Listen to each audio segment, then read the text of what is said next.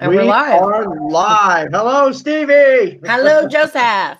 What's What's up? going on? How are you tonight? I'm fabulous as always. How about you? I am perfectly, beautifully okay. All right. Well, all things considered, has been a Monday for sure. It is absolutely a Monday, yes. Yeah, really. Well, guys, welcome back to another awesome episode of Horror Middle Cast. I ask that you just excuse my laryngitis. I have like no voice. Had a very good weekend though. I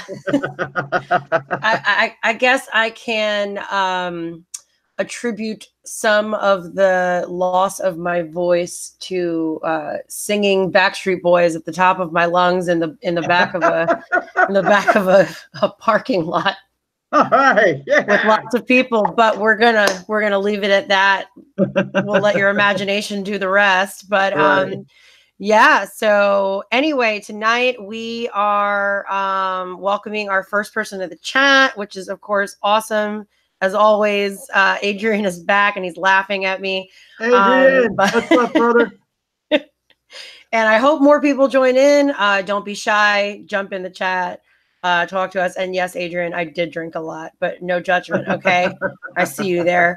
Anyway, so we've got a bunch to talk about tonight, and I guess we will kickstart it. Obviously, last night was the Super Bowl, which we're not going to get into it. Nope. It sucked. Anyway, that's all I'm going to say about that.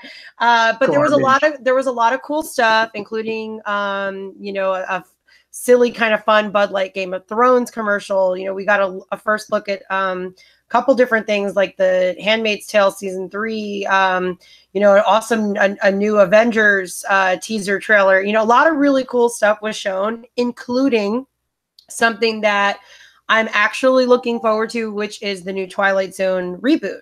How do you feel about that, Joe? I'm really psyched to see that. I mean, I saw it and I was like, for a second, I'm going, where are they going with this? What is this? And then, I heard the pitch and I'm like, Rod Steiger. Okay, I get it. This is just, I know where this is going. And I'm stoked, man. I mean, I was a big fan. I mean, who who does not want to see the Twilight Zone revisited? I mean, the quarter ish. You remember the episode with the quarter?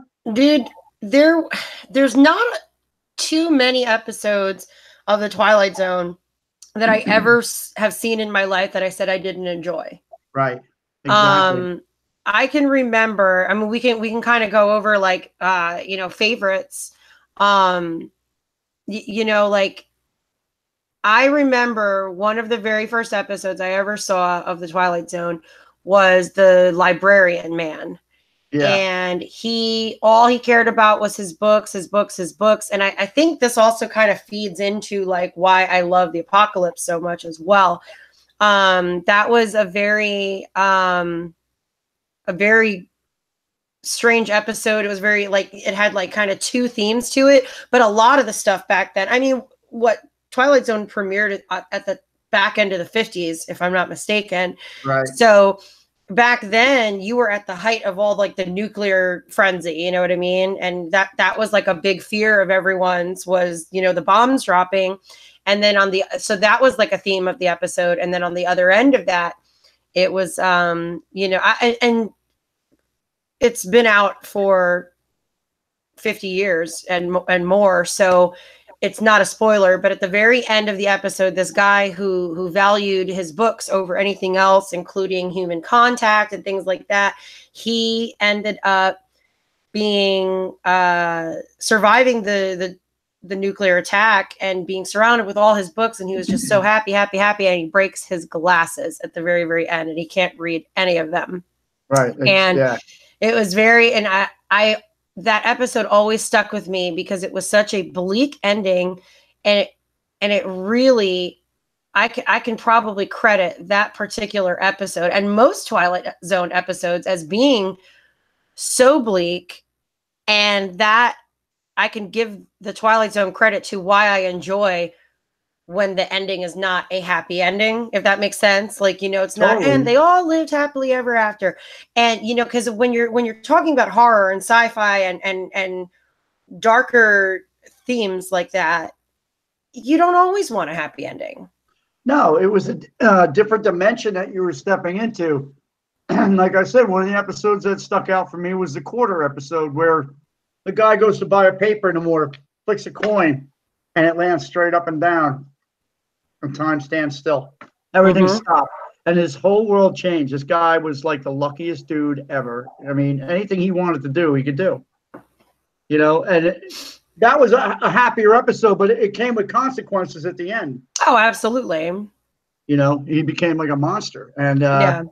you know, his true face showed, and they, you know, that's what the episode was basically trying to say. You know, your true colors are going to come out. You have all this power if you do stupid stuff with it. You know, there was always a great moral to their stories, and Oh, no, absolutely. they didn't always end on a good note, which it used to scare the living crap out of you. You know, that the thought of what they were portraying to you would just like you would sit there. Nobody was doing that back then in Yeah. TV.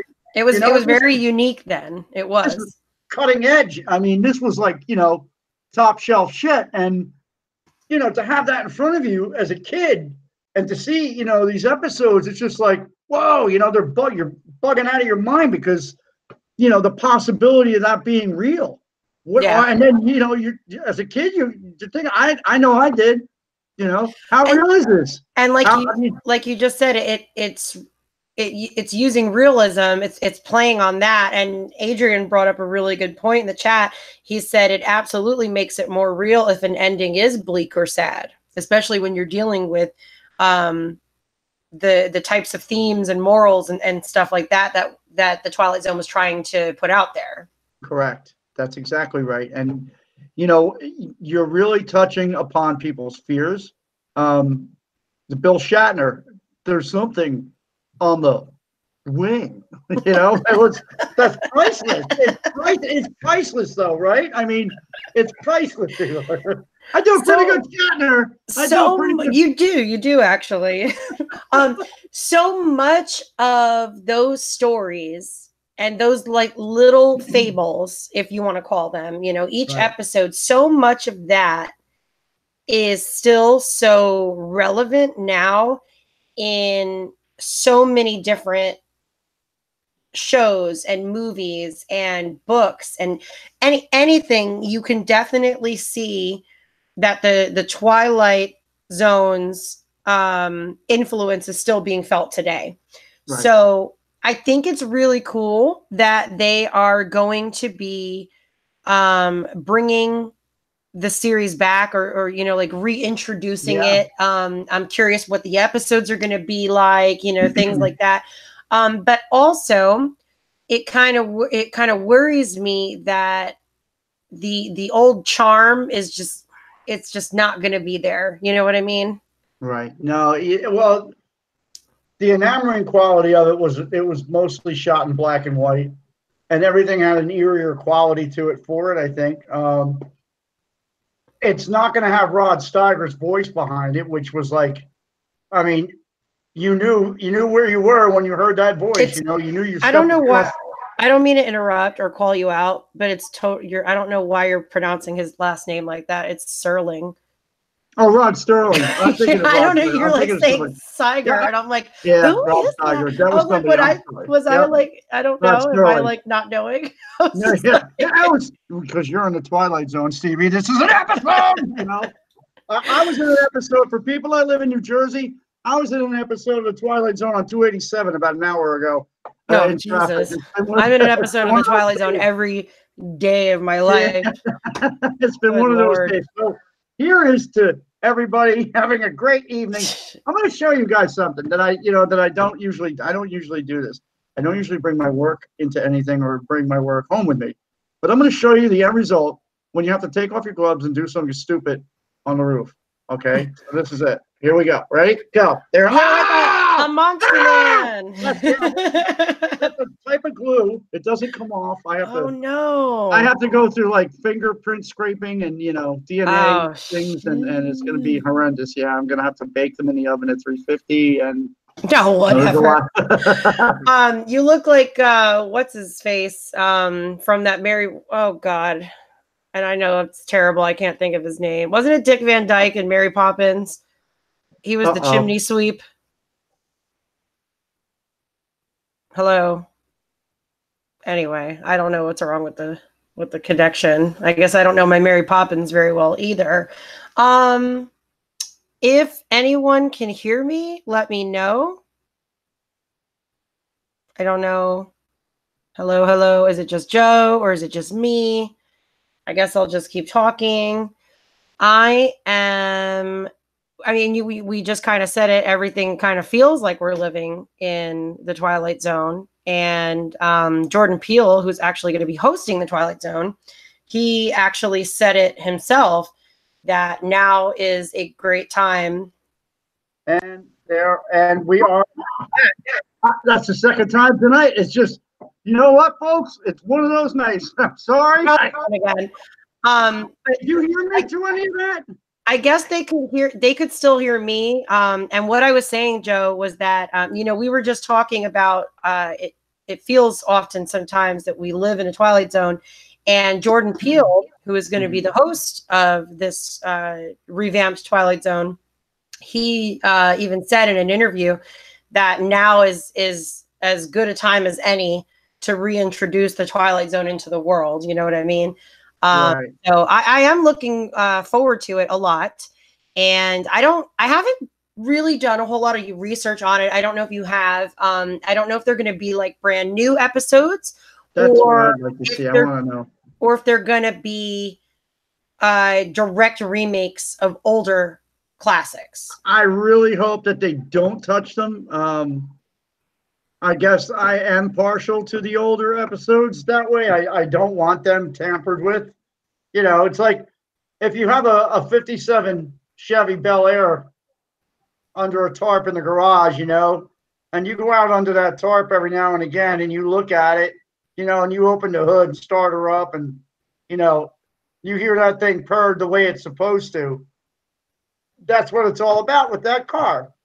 The show, to me, Twilight Zone, it needs to be left alone in that respect, in my opinion. I don't think that they should touch any older episodes. I think they should start new. I think it's a great frame to bring back creativity, and I'm hoping absolutely. that the writers that are writing this are absolutely over the top creative enough to handle it, and I'm sure they are. You know, I'm sure that this has been scrutinized by somebody somewhere. I'm sure. But I also think it's a great time to bring it back as well, because we're kind of at the height of where anthology series on television, they are what people want, you know, like American Horror Story is a huge success, massive. Yeah. It's not always great, but nothing really is always great 100% of the time. And then you have other things like True Detective, where every season it's a new horrific crime being investigated. You know, so there's a lot of new and upcoming anthology series. So I think this will just add to the collection of great anthologies that can be consumed and adored by like horror and sci-fi fans. Mm-hmm. I think it'll also really be great to expose some people that may never have watched Twilight Zone in their lives. It'll inspire them to go online and, you know, binge watch all 5 years worth of Twilight Zone episodes. Yeah, you know what I mean? There's so much history. You're absolutely right. There's so much history there for you to delve into and, you know, go back into the archives and just enjoy the hell out of everything that was done, because it really is timeless and priceless to me. It's something that's embodies all the qualities of a good fiction, you know, novel or book that you would read, and brought to life and done and depicted in such a way that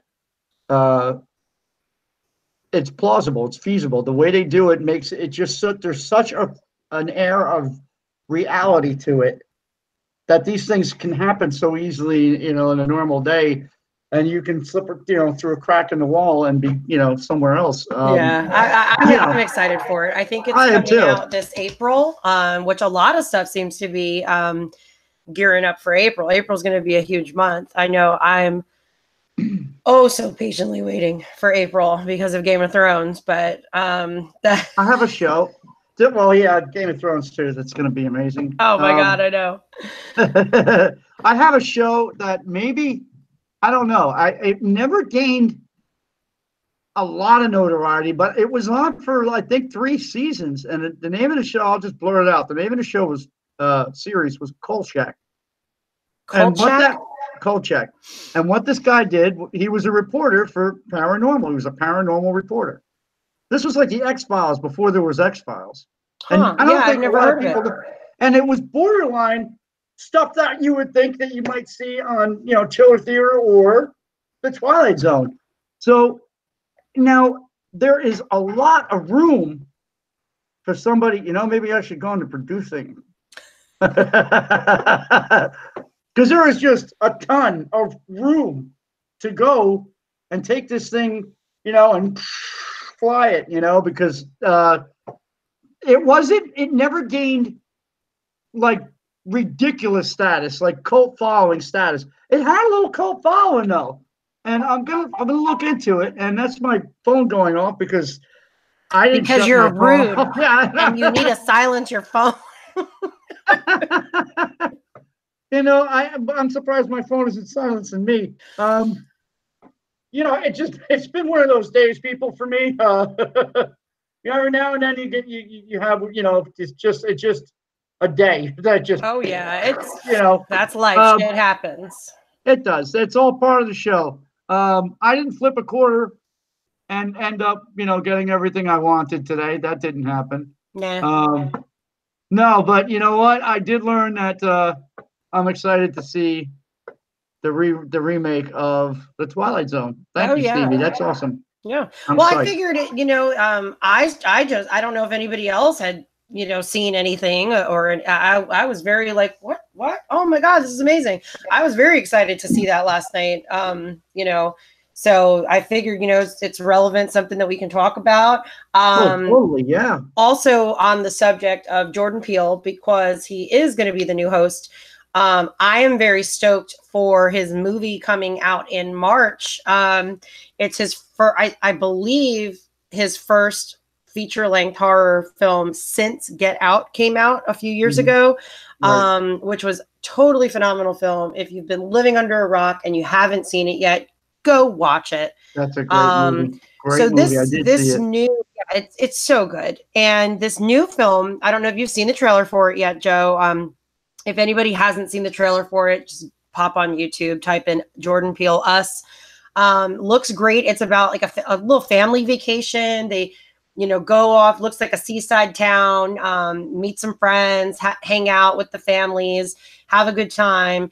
And then all sorts of creepy shit starts happening. And I don't even look, sometimes I love spoilers. Sometimes I hate them. I feel like this trailer was done so well. I don't even want to spoil the trailer. So if you haven't seen it, which clearly you need to. So, but that film is coming out in March, and I'm very excited for it. And aside from that, another film that I am looking forward to watching is Velvet Buzzsaw, which just came out on Netflix this past weekend. Obviously, I was binge drinking it, whatever. But Velvet Buzzsaw looks like it's going to be pretty cool. It's Jake Gyllenhaal. It's from same dude that did Nightcrawler. And it looks pretty great. It's about basically a piece of art that murders you. So that's really all I know about it. It's supposed to be like almost like I guess it's been described as like every artist's wet dream, like after they die, for your work to impact someone's life in such a way. Like, I guess that's the deeper meaning behind it, but whatever. I just want to watch it and see a painting kill people in some supernatural way. I think that'll be cool. Painting, get up and like run. No, it's not like that Tire movie where the tire bounced down the highway and killed people. Oh my God. What a piece of trash. That can't be any worse than fucking Sharknado, okay? I mean, dude, no, you're gonna get a shunned People love that movie, and I don't know why. I you know, I don't. I digress. I got how flying tornado of sharks. I just don't. Whatever. Yeah, I'm not Moving gonna on. go to Moving on. That's and there was about part two. There was a sequel. Yeah. that's about all I've got on the horror front. Right. We're almost at the halfway mark, so we can kind of segue into the music half of the show tonight. Couple of things that. Oh, Whoa! I think you've had too much coffee today. Yeah, even Adrian agrees. He said no, just no. Sharknado sucks. So yeah. if we're getting No Mountain shunned, you're Dew. also getting shunned. I didn't have any Mountain Dew, Adrian. Not yet. None yet. But yeah, segueing into our music part of the show, Joe's got a couple of shows coming up that he wants to plug, so I'm going to hand the reins over to him. I got him. Whoa! I got him. I got this. I'm gonna need this. Salute. One shot first, right? Salute, everybody. Salute. Nummy. Okay. We got an Eat Lead gig coming up. Eat Lead, motherfuckers! Eat Lead is coming out. Eat Lead, motherfuckers! If Dana's watching, Dana will say that a lot. And we can curse here. June 15th. Yes, nice. June 15th. June 15th. Man, the memory. Spot on. June 15th with Attacker, Deceased, and one other band, and I will make sure that I get the name and put it up here all over the place because the bill is just ridiculous. If you love metal, if you love heavy shit, if you love power metal, if you love avant-garde, like slap you in the face, like hardcore metal stuff, if you like just straight up punch you know, come to this gig. Okay, just come out. This is my first gig, my first date that I'm releasing for playing in the area. Is this your show in Brooklyn? Yes, this is okay. This awesome. It's at Brooklyn Bazaar, and it is June 10th. And the bands that are on the bill are awesome. As everybody knows, I'm pretty sure everybody knows, I was the drummer for a band called Blood Feast for 4 years, and I had the pleasure of dealing with the guys from Attacker. We actually went to Germany and did a bunch of other stuff together. But they're on the bill, and they're very close friends of mine. So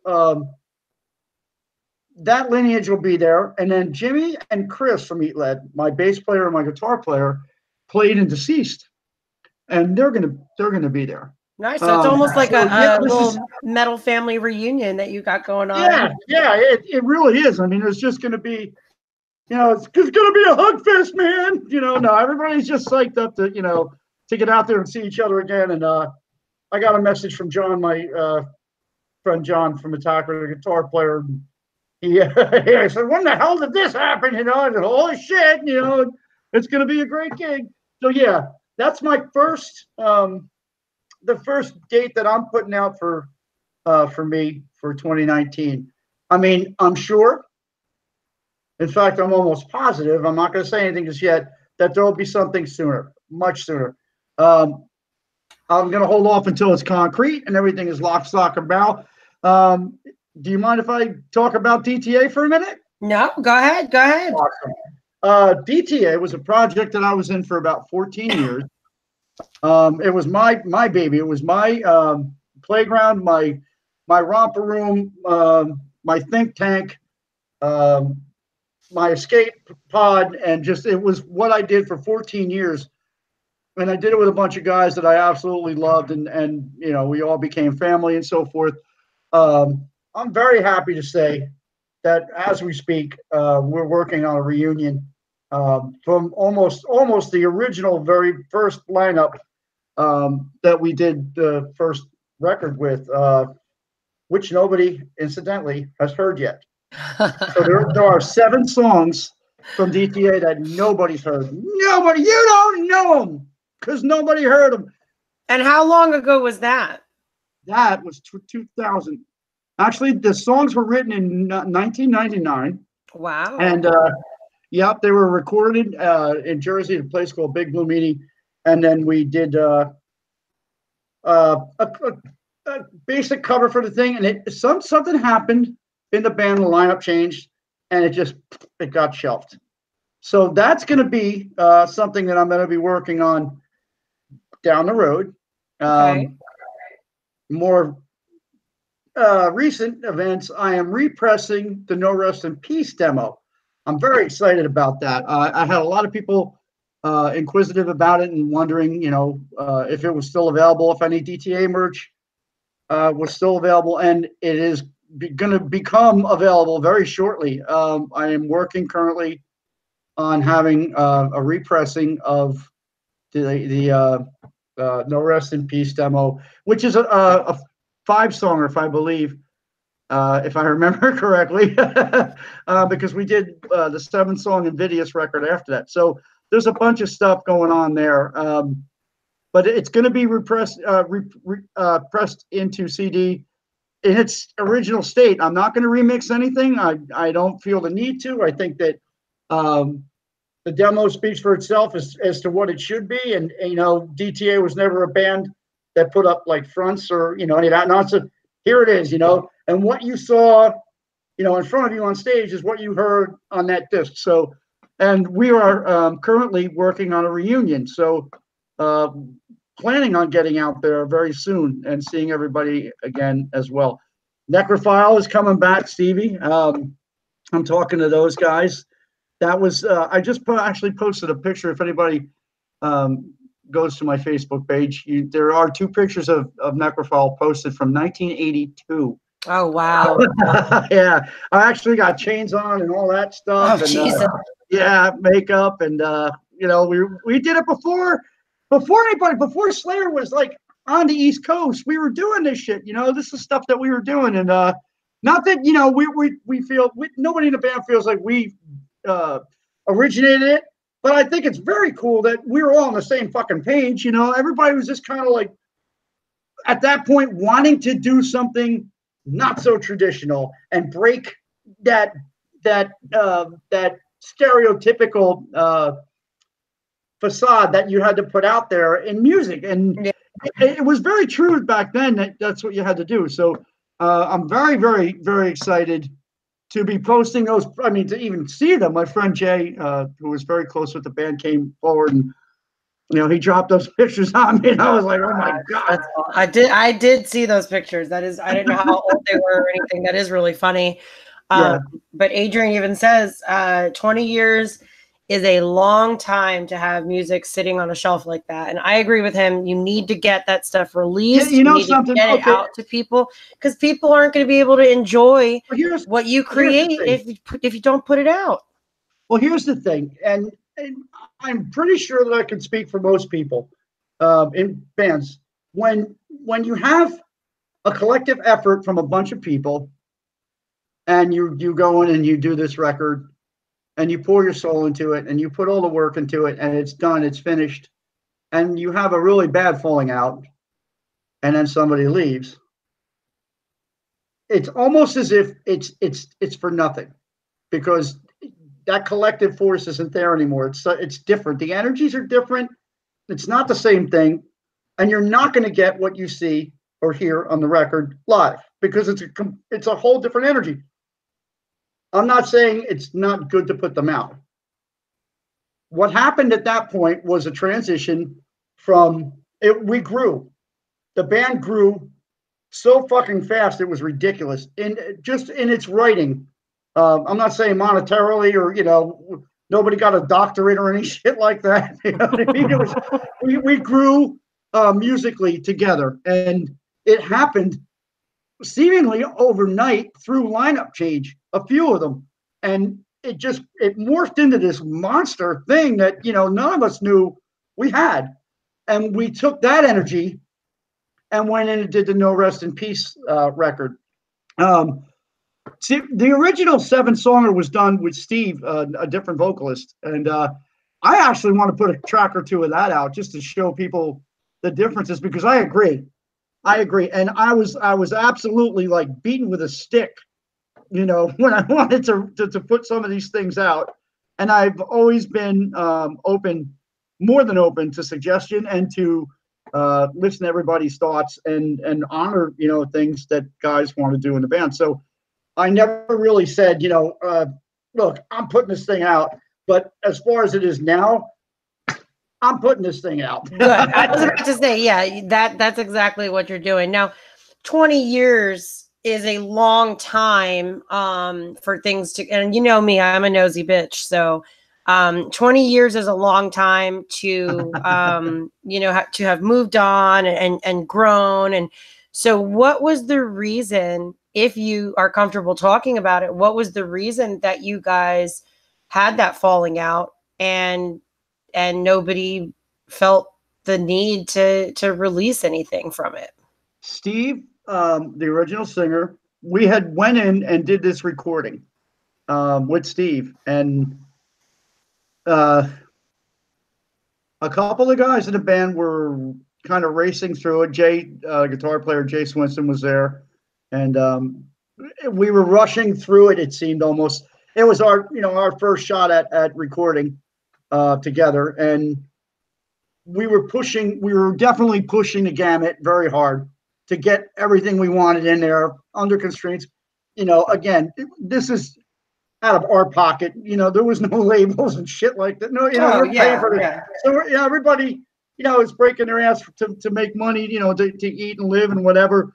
So it's very difficult. We didn't have millions of dollar budget, So what we're trying to do is get the most out of that time frame. And I think some of the things were lost there with Steve. So then Steve left the band. His differences with us were just directional. He wanted to take the music into this thing had its own course, its own road, and its own vehicle, and it was doing what it wanted to do. And it was just very natural and very, very right. It was just right. So Steve wanted to take it in the direction that was just, it was more contrived and more, I don't want to say it well, maybe a little bit more mainstreamish in some respects. So it was difficult to get all that out there on this one album, and then all of a sudden he's gone. And what do we do now? Now Danny comes in, and Danny and I breathe life into the thing together, and the other guys jump up on board. And we had a guitar player named Randy at that point who was amazing. And Randy was just like, he was there and then he was gone, So now we have this really slamming record, in our opinion, and Randy's gone. Jay was getting weird in the band at that point. Chris Kramer was growing musically exponentially. He was just like, he was exploding. He went from bass to guitar in like 4 years. And he crushed it. He was killing it. All the guitar work on the Invidious record was Chris, including the solos, which, if he was all told, he was phenomenal on bass. This guy, just amazing to watch, to be around, fun to play with, And what ends up happening is Chris is starting to write on guitar more, and he's writing for the No Rest in Peace demo. Obviously we didn't know it then, but that's what he was writing for. Yeah. So this thing, the 7-song first record with Danny, was kind of just like a kick save to put it to rights, to make it right again, to make it at least legitimize it in our eyes. So we did something positive. You know what I mean? The band moved forward, and we left it at that. And no, it was never touched again. Wow. So it's almost like just this abandoned treasure that you have. Well, to me it is. When you create with people, it always is. And you don't know who's going to get off on it or love it or want it or hate it or whatever, but it's not about that. It's about your, what you get out of it as a musician. I mean, I could sidebar. Well, I'll get to that later. You know me, Stevie. I could talk about this shit like for I know. weeks now. If you want to get technical for a long time was 1982, and in 1983, Necrophile recorded the first 4-song demo. And there was some people, that were interested in that thing. And Brian Slagel was one of them, and I don't know if he's listening or not, but he probably wouldn't remember anyway. But he was one of the people that was interested in it. And I always felt, out of everything, that we were ahead of the curve, sort of, because of what we were doing. Nobody expected that to come out of us when we started doing what we did, and it was just ahead of the time and so much fucking fun to play. Well, I mean, and we've talked about it before. Like, in the end, if you're not having fun, what's the point?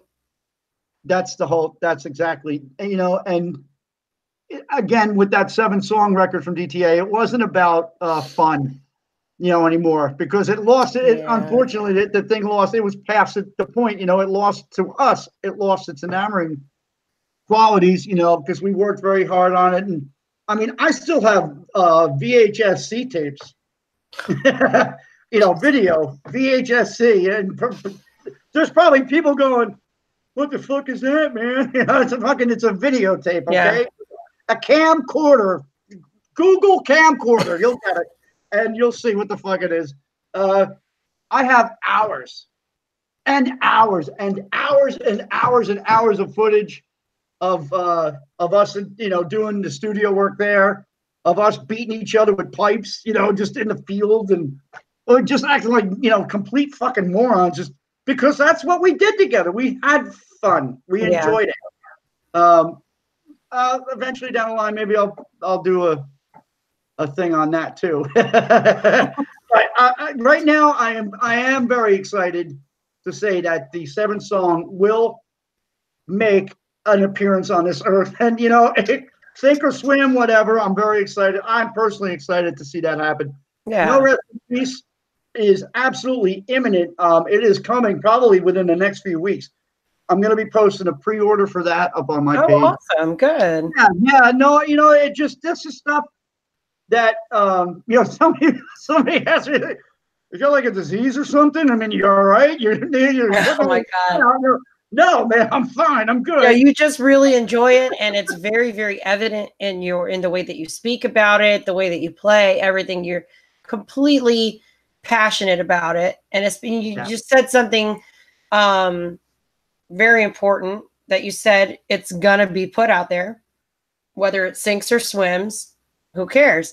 Right. And I think that's a lot of people have this immense fear of rejection when it comes to creating things, whether it be music, film, written material, whatever it is that they're creating. A lot of people have this incredible fear of rejection or failure or what have you.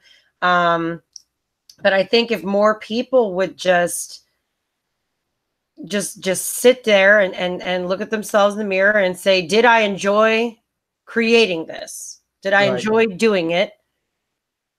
Yeah.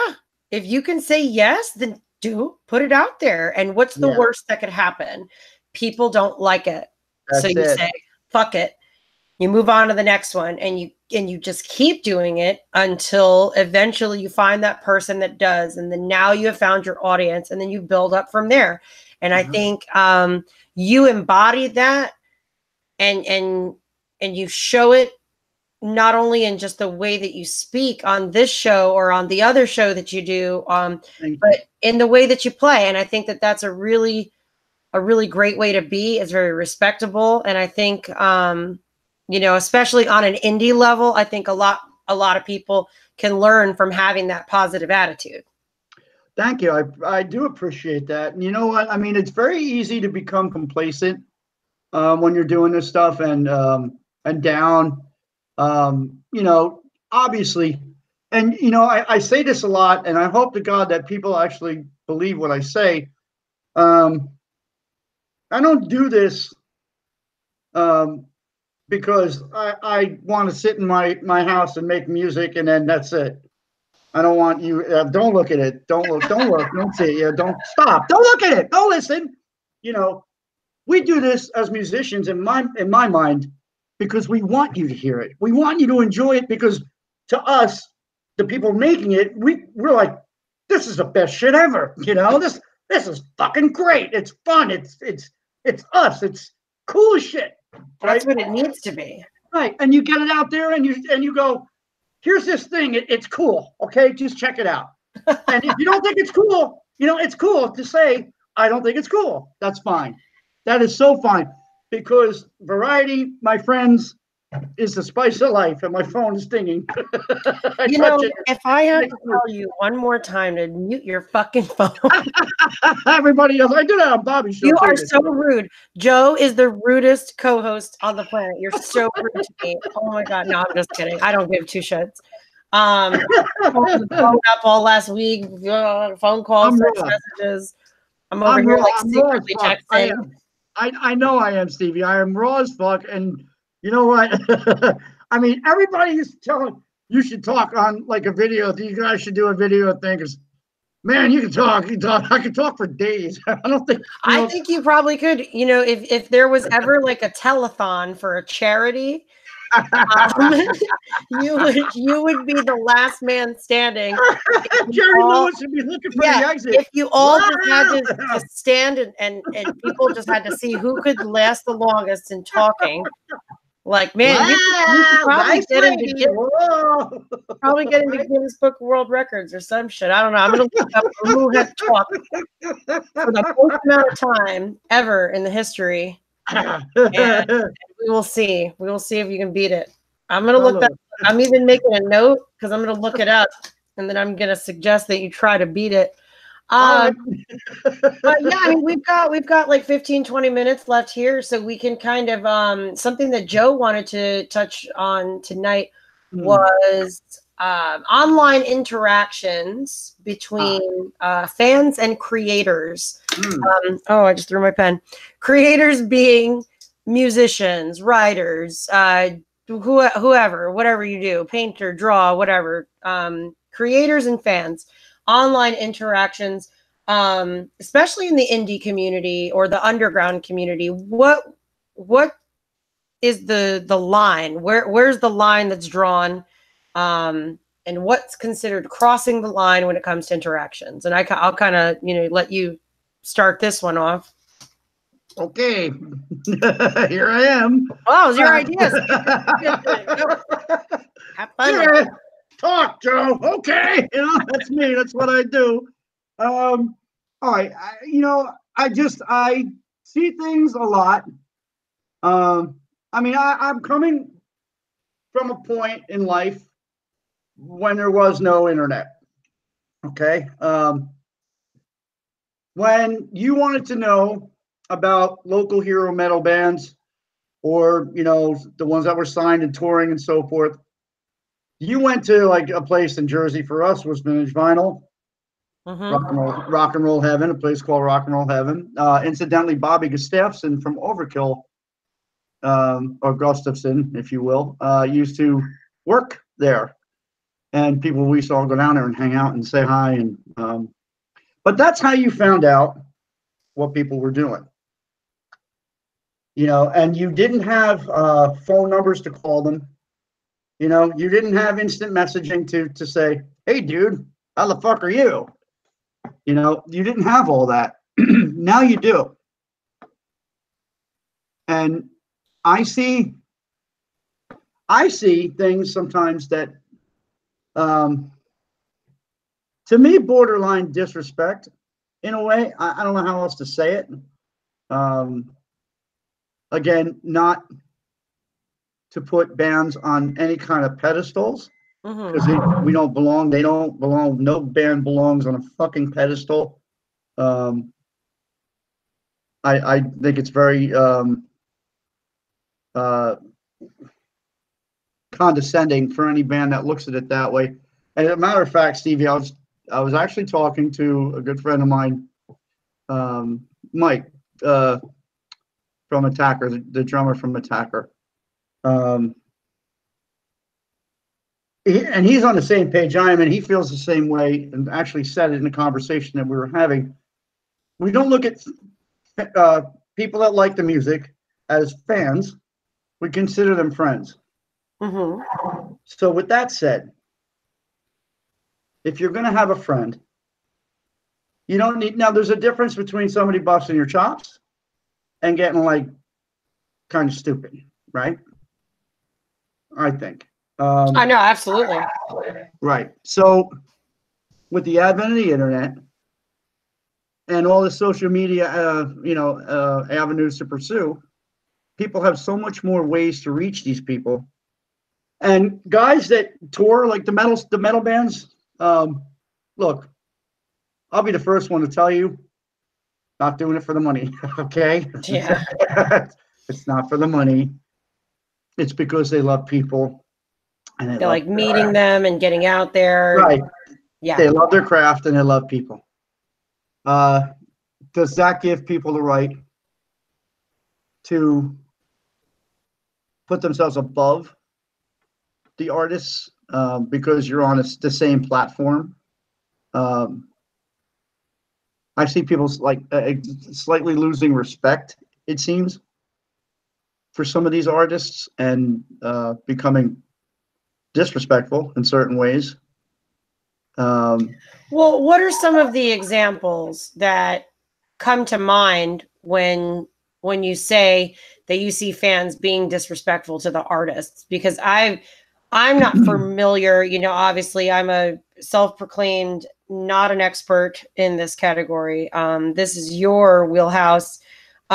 What are some, give me some examples just so that I can kind of roll it around in my head and kind of be like, did that cross a line? Did that not cross a line? We want to see the line. We want to envision the line. So let's say band Y Mm-hmm. builds a Facebook page for band Y, and they post something about a gig coming up. And people come up and post, on their thread there, like on Facebook, let's say it's Facebook, and say, hey, oh, we love you guys. It's going to be great. Or, sorry, you're not really our cup of tea, but have a good day. I don't think that's disrespectful.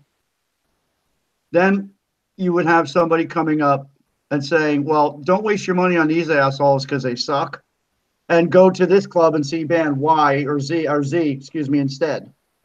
To me, that's kind of disrespectful. I mean, do you think that that's more of somebody being petty and trying to, okay, so like I'm just going to play both sides of the fence here. So do you think maybe in that particular type of example that somebody said, oh, well, my brother's band is playing that same day and he needs to sell more tickets to the show. So you know what?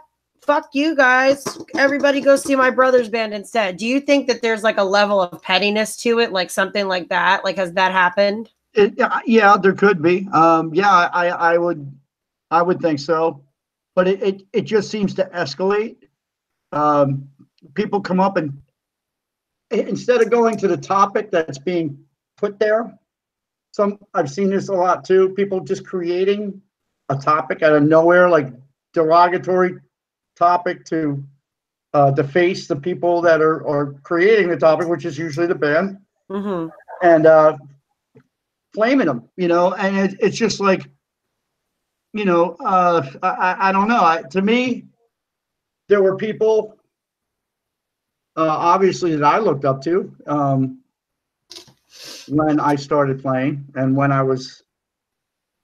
still do. There are still people that I look up to, in the music industry. Yeah, of course. I'm not ashamed to admit that or think that's weird or anything else. I mean, if you don't have that, I don't know how would you base your goals on? Anyway, I just see a lot of things, and maybe I'm going out on a limb with it, but it definitely seems to me that people go out of their way a lot of times to, I don't know, gain notoriety for themselves while they're doing this stuff on the person's page, because they know that there's an audience. They already know. You're going up to a prominent band A's page, and they have fucking all these fans all over the world. You're gonna have an audience. Whether they like you or hate you is irrelevant, because they're gonna see it. Yeah, and I think that really ties into what we were talking about last week, as far as like the toxicity of social media and everything like that, and how, as wonderful it is quite detrimental, because you are giving all the trolls a voice.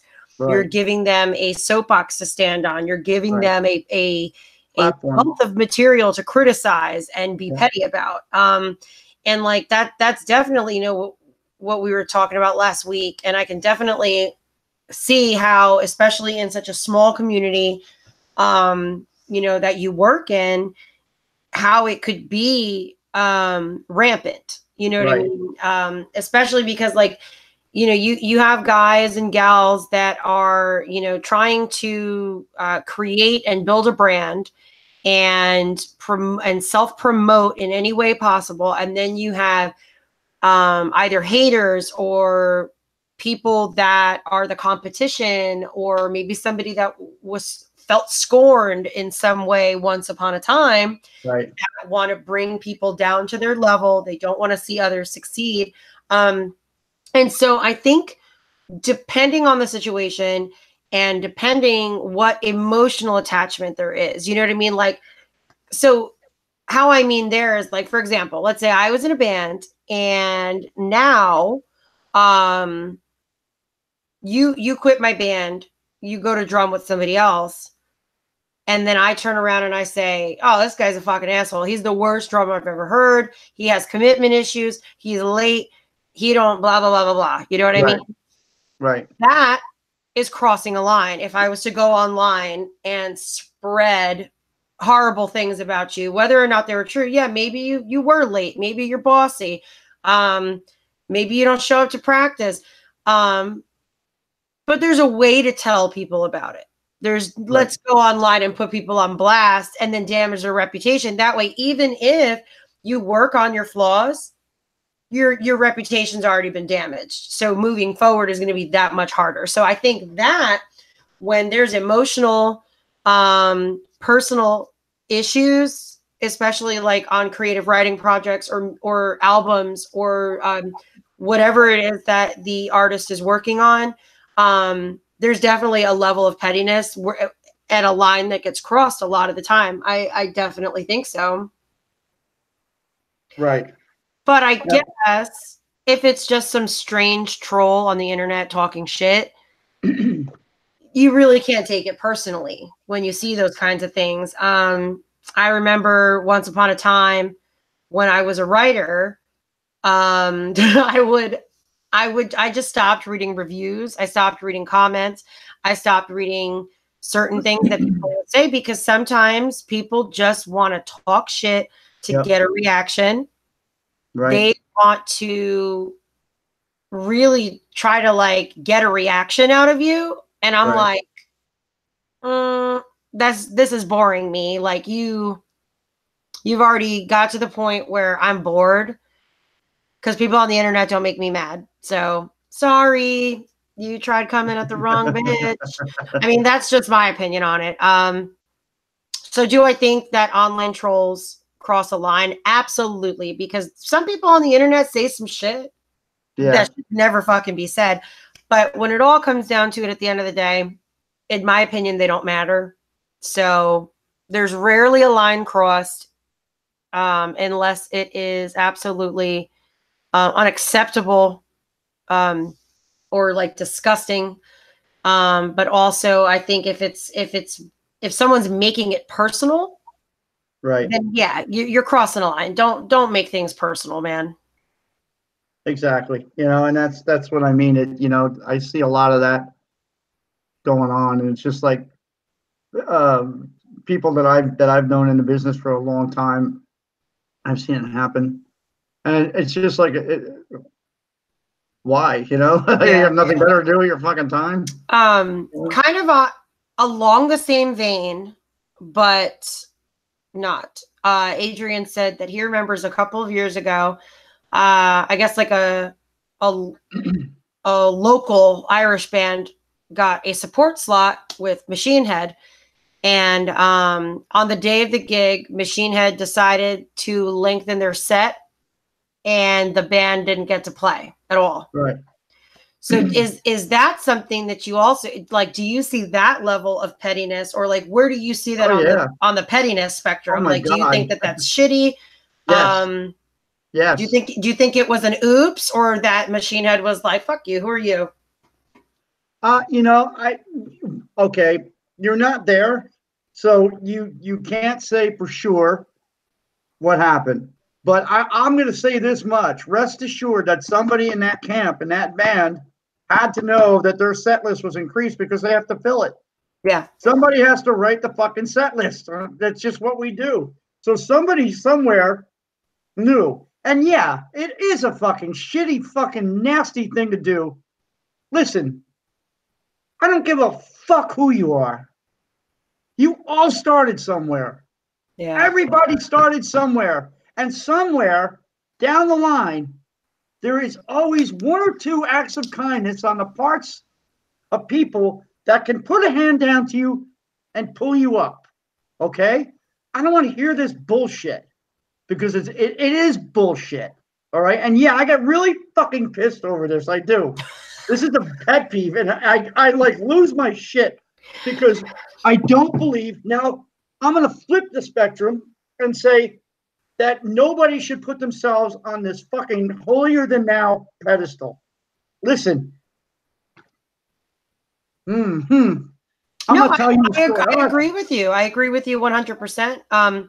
Even like on a professional level, like think of like, ooh, I hit my mic.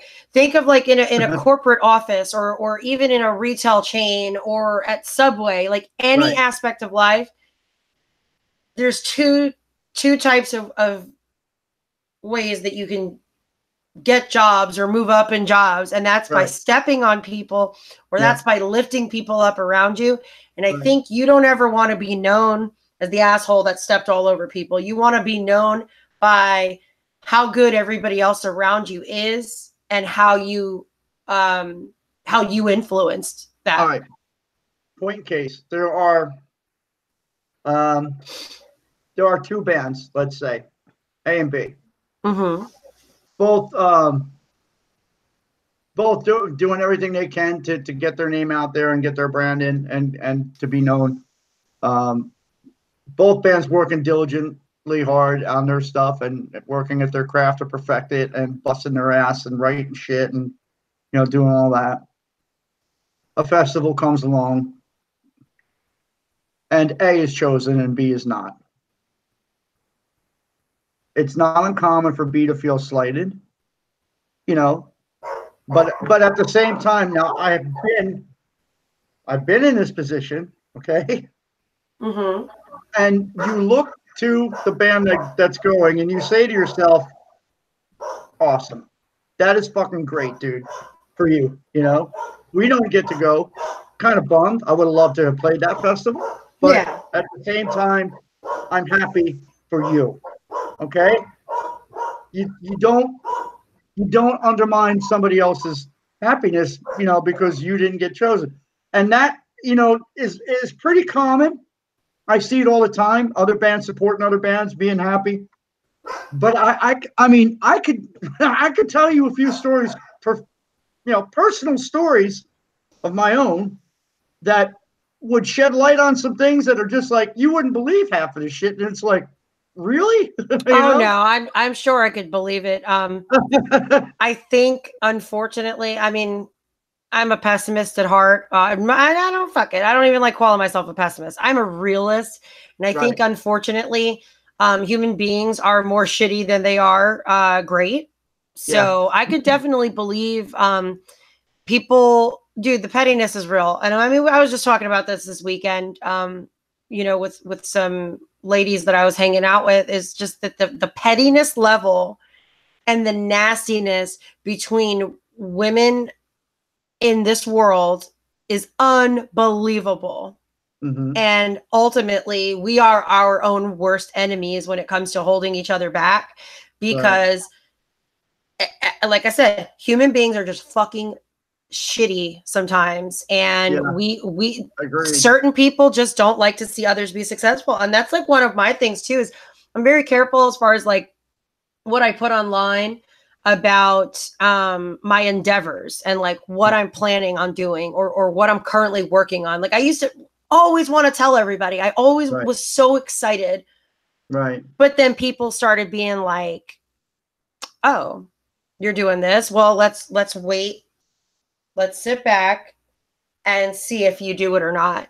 Or let's sit back and let's see if you can finish a project. And it became one of those things where people wanted to call me out on some shit and be petty about it. And I was like, okay. Well, So now I'm not telling anybody anything. So people line up in the wings for that. There's a yeah, lot of people in this they really world do.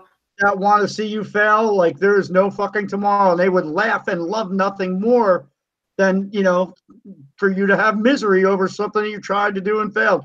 There Yeah. are people, listen, people, do not be delusional or misled. There are people in this world that are like that. It's sad, disgusting, and unfortunate. However, it is true. Okay. I know it firsthand, Stevie, I'm sure you too just finished saying, I it's think everybody so, does. And I think it applies to all aspects of life. Consider like somebody trying to quit smoking or somebody trying to lose weight. There's always that asshole online that's like, "Oh, I remember when you tried to quit smoking the last 6 times." right. Why you got to say that to somebody? Why Irrelevant, just why irrelevant. can't And that was my point. I mean, it trickles down to social media in general, Yeah. It's But I do fucking see it. toxic. Oh God, yeah. I guess the point with the band stuff that I was going to make to go back to topic and to answer your question more fully. I have seen things happen from upper scales, that you wouldn't think would happen. And you're like, I'm like, hey, wait, what did I? And I don't want to pinpoint shit.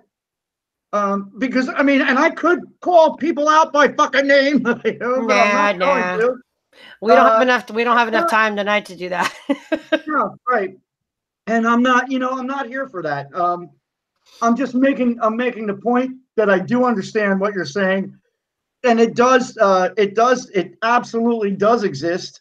That was a great question, Adrian. That it is, and I see it. You know what? And this is the fucking thing that I want to say the most, and this is the most disgusting aspect of this. I see it from up top more than I do from fucking bands in the area helping each other out. And Well, everybody, naturally. it's sad, man. You break and the local scene. Look, I'm not saying it's the hardest thing in the world to do. Try it, okay? Get your shit out there for more than say 2 years. Say for 3. Do it for 3 fucking years, okay? On the local fucking scene, and try it here in New Jersey, on the local scene in New Jersey, and tell me how fucking easy it is to do it. And when I tell you, when I say that, I don't say that to say you couldn't do it. You're not smart enough. You couldn't. I'm saying none of that. What I'm saying is people here do it because they fucking love it. And they love your ass to come out and fucking have a good time. And that's what this shit is about.